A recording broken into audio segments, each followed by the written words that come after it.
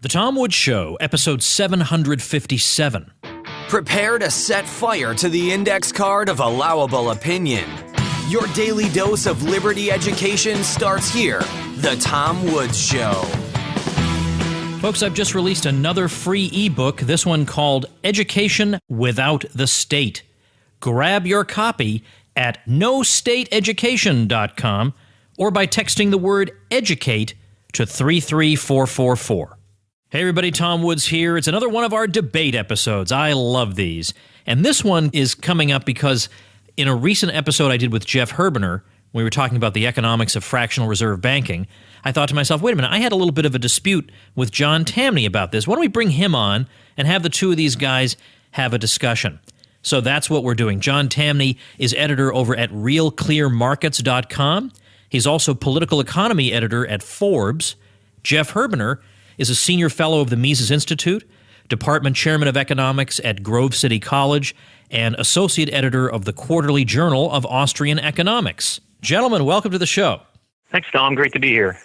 Great to be here. I'm so glad, John, that you agreed to do this because I just thought of it spontaneously while I was talking to Jeff, and here you are doing it. That's good. You know, I tell you, and I say this, and everybody knows that you and I have a disagreement on this. I'm giving you credit for doing it because I think most people would have just refused. I really do. I think most people would refuse. Whereas you jumped at the chance. So I thought, that's great. We're going to have some fun doing this. So we're going to do this in the same format in which I've done other exchanges on the show. So I'll give each of you an opportunity to have an opening statement. And basically, it doesn't have to be anything formal that you planned out, but just summarize what your position is on fractional reserve banking, and then we'll go into responses to what each of you have said, and so on. Now, I never heard back. Were you comfortable with the resolution that it's kind of a ham-handed resolution, but I had to come up with something. Austrian critiques of fractional reserve banking, which is a benign institution, are based on confusions and misconceptions. Are you both comfortable with that as the resolution, with John arguing in the affirmative and Jeff arguing in the negative? Yes. Sure, that's fine. Okay, that's good. And then secondly, just for the sake of, I'm sure there will be people who will be listening who are not actually sure what fractional reserve banking is, or it maybe, as John might say, what it's alleged to be, or whatever. Can the two of you maybe try to define it in a way that you're both comfortable with? John, do you want to try to explain what it is that we're talking about, and then I'll see what Jeff says? Sure. It's based on what von Mises says. Banks borrow money in order to lend it. And so banks pay for deposits, and then lend it out, knowing that their depositors won't all run on the bank at the same time. So they lend out the money that depositors could come in and take back at any one time if they wanted to. To me, it's benign. Okay, so Jeff, in terms of just strict definition, what do you want to say before we jump in? Okay, a fractional reserve bank is a bank that keeps against their demand deposit accounts only a fractional reserve for redemption. Okay, so that is to say, as John said, that if everybody were to come in demanding their deposits, they're demanding their money back simultaneously, because it's not all being held in the vault, so to speak, the bank would not be able to comply with that. No, I'm not saying that a bank could easily comply with it. I'm just saying that they don't keep it all in okay, yeah, I see what you mean. I know how you would say a bank, but the point is that strictly speaking, the amount of money that everybody would be asking for would not just be lying there idle in the vault. Yes. We agree on that? Yeah, okay. Yes.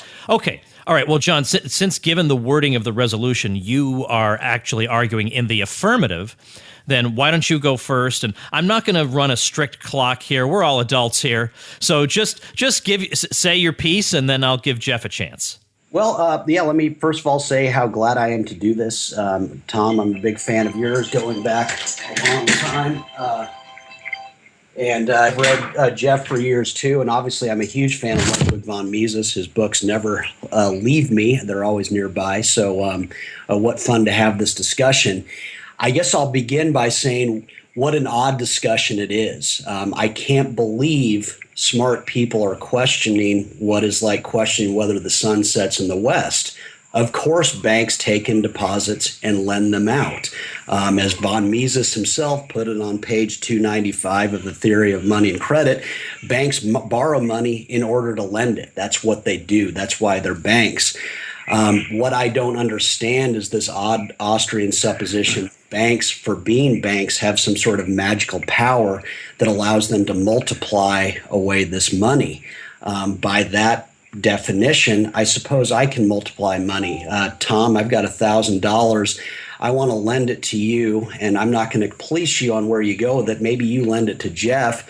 Do we suddenly have $3,000? No, we've still got $1,000. And as a saver and a lender, I give up use of that money.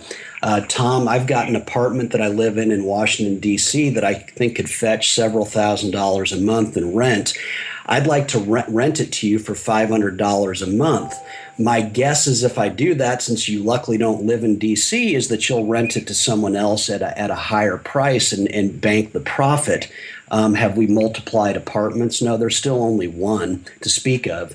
NetJets has thousands of customers, but it's got 700 to 800 planes. The interesting thing about that is all those customers can demand access to a plane at any time. Is NetJets multiplying planes? No, like banks, it just realizes that not everyone's going to have a need for a plane at any one time. But if there is a run on planes, NetJets can, of course, can borrow from other fractional jet companies. It can go to jet companies themselves to make up for the shortfall. That's what banks do all the time. If there is a run on cash, if they're solvent banks, they can go to myriad market institutions that will say, okay, show us what collateral you have, show us what you have in your books. We will lend you in the near term to make up for any cash shortfall. There's nothing to this. Banks borrow money in order to lend it. If they weren't doing this, they wouldn't be banks, they'd be money warehouses. And that's what interests me about all this. Austrians seem to have a problem with banks paying for deposits and lending them out. Well, what are they supposed to do? Or if they could be money warehouses, in which case people would pay banks, I assume, a negative interest rate to basically look at their money as it just sits there. But what interests me about this is we're all fans of market signals. Why hasn't, if banks are so awful for the economy, if they're eviscerating the savings of the rest of us, why haven't banks as warehouses of capital become a very normal and prominent form of finance? I just think that's interesting that they haven't. I'll also point out that implicit in the Austrian view is that banks, again, are very powerful, that they can multiply money for being banks. But as Tom points out in his book, his very great book, Meltdown, banks are shrinking as a source of total lending. As of 2008, and this was one of Tom's many excellent reasons for not bailing out the banks, he pointed out that they represent a very small portion of total lending, 20% at the time of the book's publication. I've updated that, of course, for my book, Who Needs the Fed? The number is now 15%. Banks total market control, or what's the word? Banks account for 15% of total lending, and that number is in free fall. If banks were able to multiply money, if the Fed had rendered them excessively powerful, their market share would be increasing, but in fact, it's in free fall. This kind of flies in the face of the Austrian view that banks are very, very powerful and doing all this damage to the economy. In fact, they're dying before our eyes, and I say, good riddance. We never needed them. But I guess the other thing that I'll point out is that Austrians understandably and correctly believe in market signals. They believe in the message of the market generally. Okay, well, while banks aren't the total source of lending that they used to be, they're still 15%. And so I asked the question, is everyone else stupid in the Austrian smart? Why would people keep their money, their savings in banks that are going to eviscerate them through lending that multiplies those dollars into nothingness? Why would they do that if banks are doing all the awful things that Austrians seem to say they are, that this fractional lending does? You might also explain a quote from von Mises himself, as he once put it: what is usually called plentifulness of money and scarcity of money is really plentifulness of capital and scarcity of capital. Von Mises's broad point is that where the rich are, where the productive are, money is abundant. There's lots of money in Beverly Hills. There's lots of money in Lake Forest, Illinois. There's lots of money on the Upper East Side of New York. If banks are eviscerating the value of money, why would the rich hold so much money, and why would they denominate their wealth in what is worthless? Do the Austrians know something that the rest of us fools, including the richest people in the world, don't know? And then you can't get around the basic truth from von Mises once again, that he who tries to borrow money needs it solely for procuring other economic goods. Fairly explicit in the Austrian critique of banks is that they are multiplying money into nothingness. Okay, well then why would people, savers, save in dollars if the money's going to be multiplied into nothingness? But the better question is, why would people borrow dollars if those dollars, by the Austrian definition, can't be exchanged for anything, simply because they've been multiplied up to infinity, such that there's nothing to get in return for those dollars? It's never been explained. And so my view has always been is the Austrian critique of this is kind of it's a stain on a great school. It's in fact a Keynesian argument. It's this belief that credit can be multiplied. But credit is what we create. Per von Mises, once again, you borrow money to get what you don't have, to get real economic resources. If banks were multiplying credit with the help of the Federal Reserve, no one would borrow dollars in the first place, yet we know that's not the case. And so I'll leave it there. All right, Jeff, now you have some time of your own to argue in the negative. Okay, so I think the first general point to make, and I'm sure that John and I both agree on this, is that the function of all private enterprise in the market economy is to use resources to satisfy consumer preferences. And so, well, whether they're banks or manufacturing firms or retail firms and so on. So the first question to ask about the products that banks provide is, what customer preferences are they satisfying with these products? And here, again, I'm following in my analysis also Ludwig von Mises, who makes a distinction between, the key distinction, I think, in this discussion, especially between money proper and money substitutes, which are claims for money. And so it might be that customers of banks go to banks in order to obtain claims to money, demand deposit accounts, that they consider either safer than carrying around money proper, or perhaps more convenient as a medium of exchange.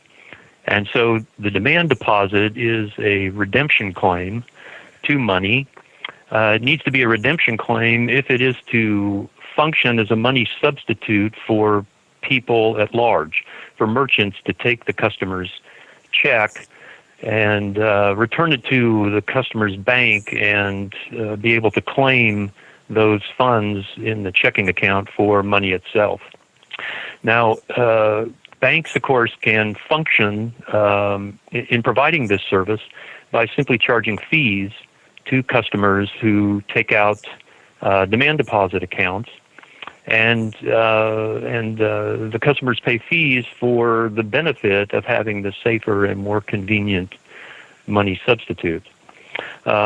This, by the way, is, of course, reflected in the way that monetary analysis is done. So if we look at calculations of the overall money stock in the economy, this distinction is always made in adding up all of the money proper, all the Federal Reserve notes in our economy, and then adding up all the redemption claims for money, the checkable deposits, to come up with the money measure M1. So this distinction, I think, is fundamental importance in our discussion. And then second, banks might also provide services to customers in financial intermediation, in middleman services. So this is what John was talking about. It might be that a customer wishes to lend the money, bank, a saver wishes to lend the money, funds they have to a bank, who then goes through the list of borrowers to find creditworthy borrowers and assumes the risk of default and so on and so forth, providing middleman services.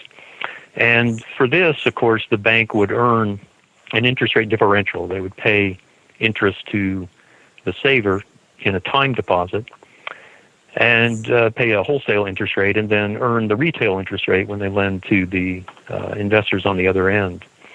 Now, interestingly, Mises calls this kind of lending by the banks commodity credit.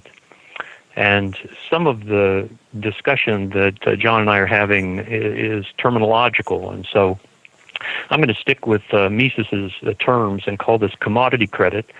What he's referring to here is that they're real commodities, they're real resources that are being saved and diverted from consumption to the production of capital projects in this financial intermediation function. As we say in economics, this is satisfying people's time preferences for saving and earning a rate of interest, whereas the demand deposit is satisfying people's preferences for a more useful medium of exchange. Now, fractional reserve banks then do something different than this. Fractional reserve banks create money substitutes or additional claims to money by issuing loans. And Mises calls this circulation credit. He calls it circulation credit because there are no real resources here behind the additional claims to money that are created by banks when they make these loans. So they're just writing balances into customers' checking accounts when customers come in to borrow money. They're not intermediating this credit by borrowing it on contract for time and amount of loans like they do in time deposits, like certificates of deposit. Now, the implications of this fractional reserve issue are similar then to the implications of fiat money issue. So when the Fed prints up, if they just print up more money proper, more fiat paper money, then this, of course, doesn't create any real resources, but it does give the first obtainers of this new money command over real resources so that they can purchase these real resources at the expense of other people who don't obtain this new money. So there's a diversion of real resources with the issue of fiat money. And this diversion is not part of the market, and so it diverts resources away from the efficient uses in society of resources to satisfy consumer preferences toward just the money producer. So a similar thing is happening with the issue of claims to money. Claims to money that a bank creates by issuing loans don't create real resources. They're not saved funds in the sense of financial intermediation, where people are willing then to divert the use of resources away from consumption and toward investable projects. They're just more claims to money that the receivers of these claims can then use to obtain command over resources at the expense of people who don't obtain these claims. And so the fractional reserve bank does something that fails really to satisfy either of the preferences of these two normal banking functions that we talked about, providing a money substitute and then financial intermediation. Now, let me also then, having provided that as background, talk about the existence of fractional reserve banks. So the existence of fractional reserve banks, of course, in our existing economy, which is heavily interventionist, doesn't prove or disprove their viability in a market economy, in a pure market economy. The same, by the way, would be true of the existence of 100% reserve banks. So we can look in history and find cases of 100% reserve banks, for example, in the 1600s in Amsterdam.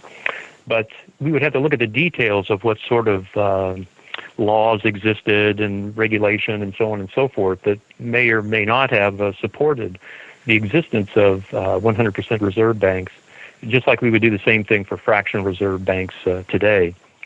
So that issue, the existence of something, doesn't necessarily demonstrate the abstract claim that in a free enterprise system, fractional reserve banks would be robust.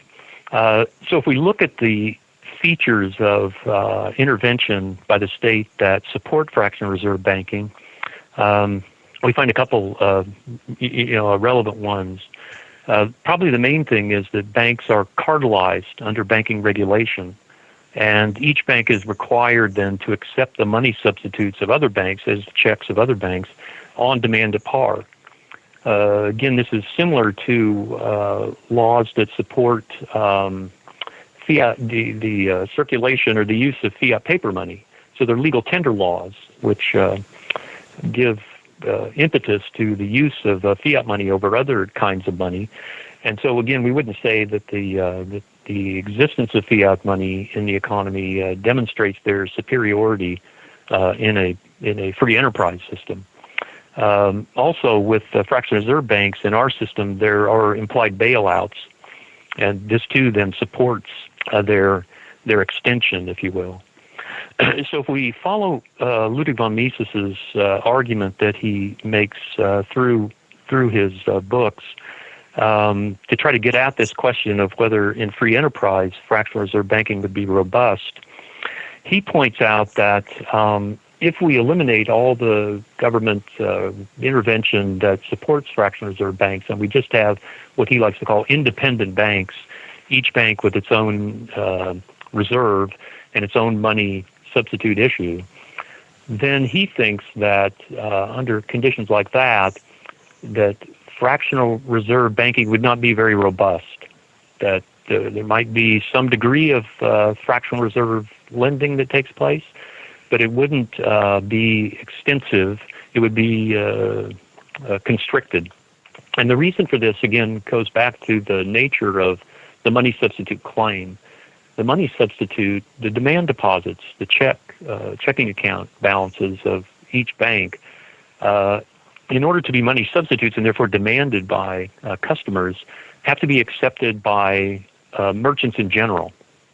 And in addition to anybody, because they're a general medium of exchange. And so it's possible that the competition of banks in this independent banking system would lead to the restriction of the issue of fractional reserve balances, because competing banks could accumulate checking account claims, money substitute claims of their competition, and then present them for redemption.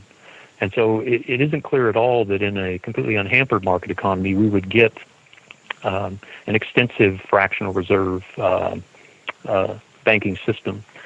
So as Mises points out, what would happen, or what tends to happen even now with fractional reserve banks, is that because of the unique function that they perform, they tend to be fragile. The difference between a fractional reserve bank that has an extensive issue of these unbacked loans is that their existence tends to depend upon a certain reputation that is at stake every day in the market, that could be lost instantly in the market. And so fractional reserve banks tend to be fragile, whereas in an unhampered market economy, with the fraction reduced to a negligible amount, that is to say the fraction of lending reduced to a negligible amount, they would not have this fragility. And then the final point that I'd like to make, if I have time, is also following Ludwig von Mises, is that Mises argued that because the fractional reserve bank is not intermediating credit, they're producing this circulation credit as opposed to commodity credit. This is what sets in motion, in his theory, the business cycle. And so if just claims that have no real resources behind them are issued, this gives command over resources to the people who obtained this borrowed money, and then the investable projects that are engaged in are diverted from what they would have been otherwise, and this leads to a unsustainable pattern of malinvestments throughout the economy. All right, John, I'll give you, let's say, 3 to 5 minutes to respond to what Jeff has just said. Okay, sure. The first thing is that thankfully Jeff's not saying that time loans are a bad thing. He's just saying, he's expressing a problem with basically demand deposits.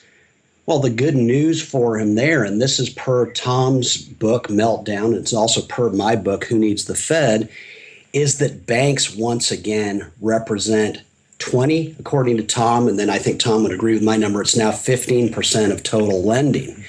Where it gets interesting is that of that total lending from banks, or demand deposits represent about 2% of that. So the idea that something that's 2% of what's small in the first place could have any sort of negative economic impact isn't something to worry about. If your fear is of demand deposits, they're very, very small in a sector that's shrinking before our eyes. Jeff points out that the fact that the 100% reserve requirement doesn't exist, or those banks doesn't exist, doesn't mean that market economies don't demand them. But once again, as Tom has pointed out in Meltdown, and I pointed out in Who Needs the Fed, there are numerous non-bank sources of credit. There are numerous financial intermediaries and institutions. Isn't it odd if there's such a great need for banks to warehouse money and basically for the depositors to pay a fee for banks to do so, that they don't exist en masse? Because there's all sorts, per Tom's book, of other sources of non-bank credit. Why not this one? I think that's strange. Jeff points to the implied bailouts of fractional banks, and that's something that Austrians point to a lot. They say that, well, wait a second, banks can make loans and they're always backed up by the Federal Reserve. But that's quite simply not true. As anyone in banking will tell you, it's unheard of for a solvent bank to go to the Fed for a loan. And it is for the reasons that Tom's Meltdown made clear. There are countless market sources of credit willing to loan to solvent banks. So if you're a weak bank and insolvent, that's the only types that will go to the Fed, and that's an admission of bankruptcy that all market sources of credit have shut you down. And that's why, contrary to the Austrian view that the Fed strengthens banks, in fact, the Fed is the worst thing that ever happened to banks because it only exists to prop up the weakest ones that can't operate in the market economy. Jeff points out that fractional banks set in motion what Mises described as the business cycle, but I think this is something Austrians in general have to revisit. I worship Mises, but I reject wholly the notion of the Austrian business cycle. And the reason I do is very simple, and it's based once again on Tom's book. Banks didn't need to be bailed out for lots of reasons, but the main reason is they don't factor into the real economy very much. They're shrinking as a total source of credit. And so we want to believe that the Fed's interactions with what is the least dynamic source of credit, what is shrinking before our eyes as a source of credit, could somehow influence an economy that doesn't rely on banks that much anymore as is. Does anyone on this podcast think that banks have anything to do with Silicon Valley's prosperity? And so the talk is that fractional banks are fragile. I say amen. That I wish they were more fragile. I wish I wish we would allow them to fail all the time. They would be better if so. Silicon Valley is built on failure. Detroit used to be built on failure. The problem is we're not allowing the fragile to break. But I don't think I didn't hear a good argument there against fractional banks. Why? They're just not very relevant. If you're bothered by them, they represent maybe 2% demand deposits of total savings in the U.S. economy. All right, Jeff, your turn.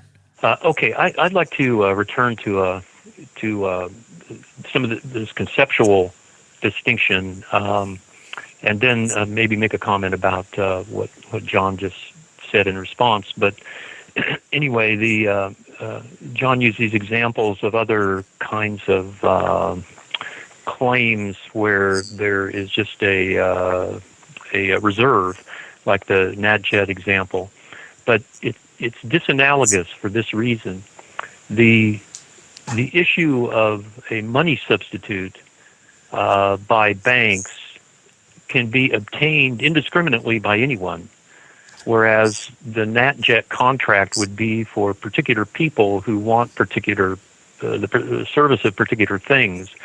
To make it analogous, you'd have to say that these claims, these contracts that customers have with NADJET to use their jets on certain days and certain times and so on, would be saleable, indiscriminately saleable to anyone But then we see that in that case, their competitors could simply buy up a bunch and demand, present them for redemption all at once, and this would then destroy the business model of the company. And John also mentioned this case of taking a given amount of money. The banks cannot create more money by engaging in fractional reserve. It is true that they don't create money proper. What they create are claims to money. So if we have a certain amount of money proper, like $100, the banks don't, of course, by lending and engaging in this circulation credit, increase the amount of money proper. They increase the amount of checkable deposits by just writing loans into checking accounts. And they do this to the extent of the legal reserve. So if they have a 10% reserve and $100 of money, what they're doing is actually increasing the claims, the on-demand at-par claims to that money balance. Now on the question of implied bailouts, what I meant by what I was thinking of in the implied bailout was FDIC insurance, deposit insurance, and not the bailout of the bank failures. So I think that's a more important instance of the support of fractional reserves that the government provides this claim that they'll bail out the depositors. Otherwise, the depositors would be much more attuned to the possibility that their on-demand redemption claims could not be honored by the bank. All right. At this point, I'm going to give each of you an opportunity to ask the other one a question. Anything you want to ask, go ahead and ask. So, John, your turn. Well, I guess my question is to Jeff. You're a free market guy. I think we're all free market guys.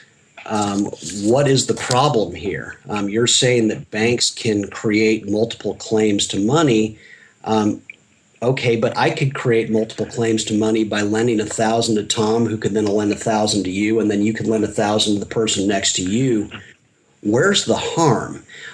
If someone then has a run on me on the bank of John Tamney, if I've got good assets, I can go out and borrow the money to make that person whole. I don't see the harm. I don't see why we're having this discussion. If it's demand deposits that bother you, why would something that's such a small portion of total bank lending bother you so much? Yeah. Oh, well, okay. These are. I think on the first point, we're in complete agreement. I think my position would also be that if banks want to engage in fractional reserve activity, that they should perfectly welcome to try this out. But that if we're going to have a free market economy, they should only be able to do this within the structure of free enterprise. So they shouldn't have these legal protections or legal disabilities to their competition. Then sure, they should just be able to try this out and succeed or fail based upon the results. So I don't see that as. I think we're in agreement. We may disagree on the extent to which fractional reserves would be a robust part of banking activity. I think it would be very small. Maybe you think it's an open question. On the other part, I would say that it does matter. We could say the same thing, I suppose, about money proper, right? We could say that you're saying about demand deposits. So money, base money that the Fed creates is small relative to the whole economy, relative to bank lending, relative to shadow bank lending, relative to hedge funds and derivatives and so on. But it is part of a structure of asset claims that are generated by this process of expansion. And so one step in the pyramid, if you will, expanding one part of it leads to expansion of the upper parts, the bigger parts. And so when the Fed expands bank reserves, this finds its way into an expansion of all sorts of other credit and asset prices and money substitutes and so on. Okay, Jeff, would you like to ask John a question? Yeah, my question is this one. Do you think I made this analogy between fiat money issue and the issue of what Mises calls circulation credit? Do you find this compelling, or do you think it's disanalogous? And if it's disanalogous, why? Um, I probably find it compelling. I can't stress enough how much Mises has just influenced me hugely. If the problem is with fiat money, I've always been for either a gold defined dollar or some sort of private money, just because I think that J.P. Morgan would probably do a better job than the U.S. Treasury would. I think we overrate the Fed's role in this. I think Austrians have too, and they're not alone. They keep blaming the Fed for everything. I'm against the Fed. I think it serves no useful purpose. But you don't need a central bank to devalue a currency. You don't need a central bank to issue fiat money. If you look at the history of the dollar, the Fed was created in 1913, but the first devaluation of the dollar was in 1933. It had nothing to do with the Fed. It was FDR's decision. Fed Chairman Eugene Meyer resigned over what FDR did. The next major devaluation was 1971. Fed Chairman Arthur Burns begged Nixon, George Shultz, and then the Milton Friedman crowd of advising Nixon not to delink the dollar from gold. Burns was ignored. Presidents get the dollar they want. And so I guess what I'm saying is I think Austrians overrate the Fed's role in the dollar's evisceration, but I also think they overrate the Fed's role in the economy. Per Tom's book and per mine, banks are but a small and dying and non-dynamic source of total credit. So the idea that the Fed interacting with what is yesterday, with what is an anachronism, what is dying before our eyes, could cause business cycles, I think defies basic common sense. All right, let me ask each of you a quick question and then we'll wrap up. I mean, quick, like try and keep your answer just to a minute or two. So, John, my question is for you is mostly a clarification question. If you're arguing that the money multiplier is a myth, how do you reconcile that with the existence of different monetary aggregates? Why don't we just have the monetary base and nothing else? How could M1 be larger than the monetary base and M2 likewise larger if there's only just money and it never multiplies? Well, it's a great question. In my response is, why would we have monetary aggregates? How very Keynesian or monetarist of us. What an obnoxious conceit for us to presume to know how much the money supply should be or to presume to measure it. I, again, subscribe to the Mises point of view.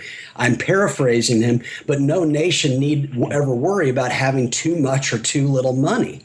In Beverly Hills, there's never a money supply problem. On the Upper East Side of Manhattan, the Fed couldn't keep money supply off of that on its best day. There's never a money supply problem in Palo Alto, California. But the Fed could not increase money supply in Baltimore or in Charleston, West Virginia on its best day. Any attempt to do that, any buying of bonds from banks to increase loanable funds, that money would flow out between breakfast and lunch. And so I am a free marketeer. I do not know why people would focus on monetary aggregates. I have zero interest. All right. And now, Jeff, I want to ask you because I think this was implicitly raised by John, if the kind of banking system that you're describing is desirable, why do we not see it in the present context? Well, I think in the present context, we don't see it because of the legal disabilities I mentioned. But I should add that perhaps part of this movement that John has pointed out away from the use of banks and toward these alternative institutions, perhaps this is a means by which the people are attempting to get around the restrictive this kind of constraining nature of the banking system. So money market mutual funds for deposits and other forms of financial intermediation or direct investment and so on. So perhaps we are seeing this play out in a kind of indirect way. All right, now I'd like to give each of you an opportunity just to sum up. And in fact, you don't even have to use it to sum up. If there's anything that's lingering that you feel like there's a misconception the other one has, you use this time however you like, but take a few minutes to wrap up. We'll start with John. Well, thanks once again. I can't stress enough that I'm humbled by the people I'm doing this with. Tom, I've been worshiping you for years. Jeff, much the same. And then I positively genuflect or whatever that word is before Von Mises. So this is really great for me.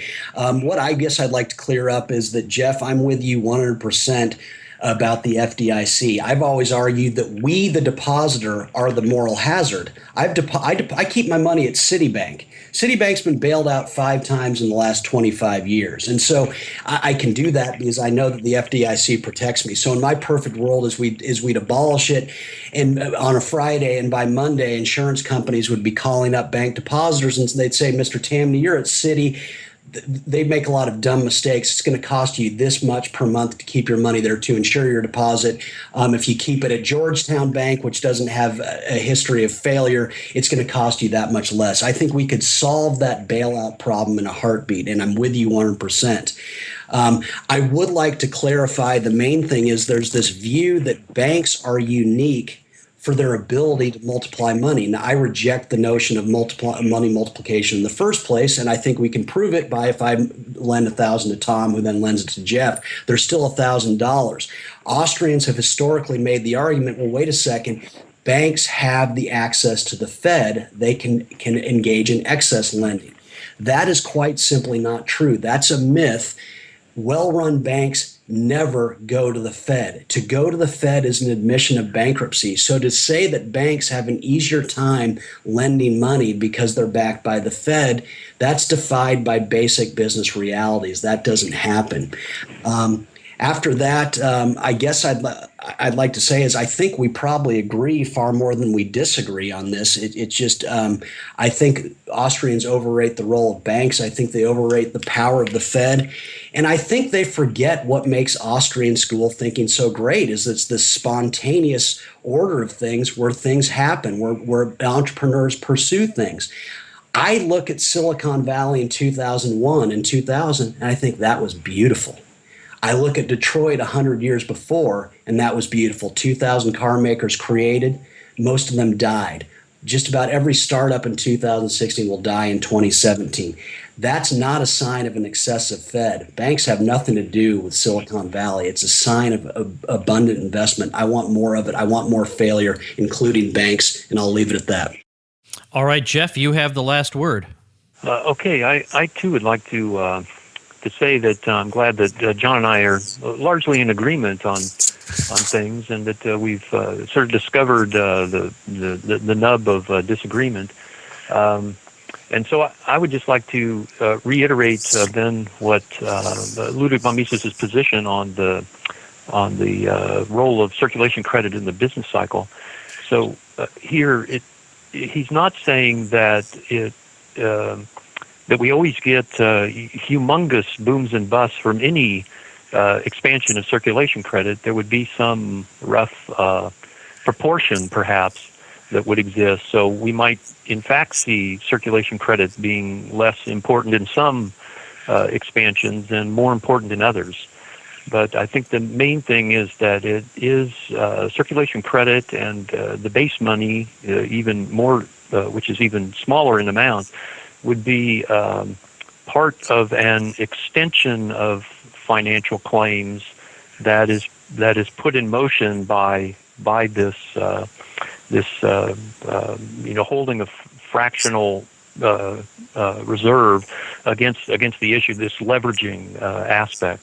And so even from numerically fairly small changes in the bottom of in the first step of bank reserves or of circulation credit, we can get really large expansions in at the so to speak the top of the structure of finance. And finally, I'd like to suggest an article to read on Ludwig von Mises's position. I think this would be beneficial to everyone. This is Joe Salerno's article called Ludwig von Mises's Currency School Free Banker. This is in Guido Holtzman's edited book, A Theory of Money and Fiduciary Media. It's an excellent recitation of Mises's views on this, and I think would maybe help clarify some of these points of debate. Well, I'll link to that and any other resources that you gentlemen would like linked to at tomwoods.com/757, which is the show notes page for today. Well, how about this? I mean, I am just I've now had several debates. I even had a debate on the legitimacy from a libertarian point of view of the modern creation of Israel. And I had a libertarian saying it was perfectly in line with libertarian principles, and I had one say it wasn't. And it was perfectly civil and amazing, but even beyond that now, we even just had a civil debate on fractional reserve banking. I mean, is there no limit to what we can accomplish here on the show? Well, gentlemen, thanks so much for your time. I appreciate it very much. Thanks for having me, Tom. Thanks, Jeff. Thanks very much, Tom. Thanks, John. All right, that's our episode for today. Remember my free ebook I released just days or a couple of weeks ago called Education Without the State. Raises a lot of good, juicy points your friends aren't going to know about. Check it out at nostateeducation.com. That's where you can download it. Or you can get it delivered to you even more easily by simply texting the verb educate to the number 33444. Go grab that free ebook, and I'll see you tomorrow. Become a smarter libertarian in just 30 minutes a day. Visit tomwoods.com to subscribe to the show for free, and we'll see you next time.